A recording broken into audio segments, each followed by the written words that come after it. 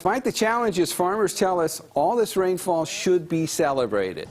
And in the Napa Valley, Wilson Walker takes a look at what all of this rain means for the wine produced in the region.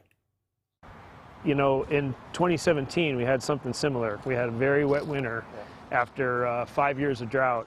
At William Harrison Vineyards and Winery, General Manager Rod Santos is waiting for the season to bust out of these dormant vines.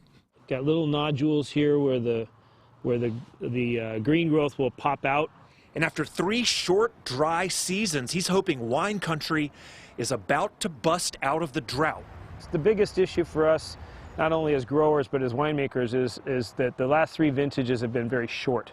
But for winemakers and their vines, it's not quite as simple as rainfall totals. A lot of that water has to make it to the right place. If you look at the reservoirs around the state, things are filling up. That's all good news, but the reservoirs are really for drinking water.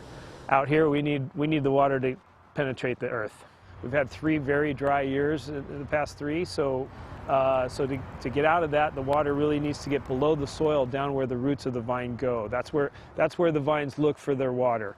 In a perfect world, we wouldn't use any water on the surface. So you're trying to make up for 3 years. Yeah, I mean, that's hard to do, although we've had a lot of water this year. So I know we've had smoky years, and people talk about how that might translate into what you taste. Does a wet winter translate into something you're going to notice in a glass of wine? I think what it does is it relaxes the vines. They know they're not going to be as stressed looking for water.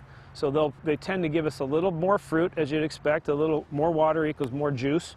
But also, if it doesn't get too hot, they tend to give us a little juicier flavors, a little easier to drink wines when they're younger. It's farming. At the end of the day, the wine business is all about farm. So there you go. Hope that one blockbuster winter can assuage the drought stress for these vines. And as you heard, vines that are relaxed tend to give us more wine, juicier flavors. And hasn't California earned that after the last 3 years?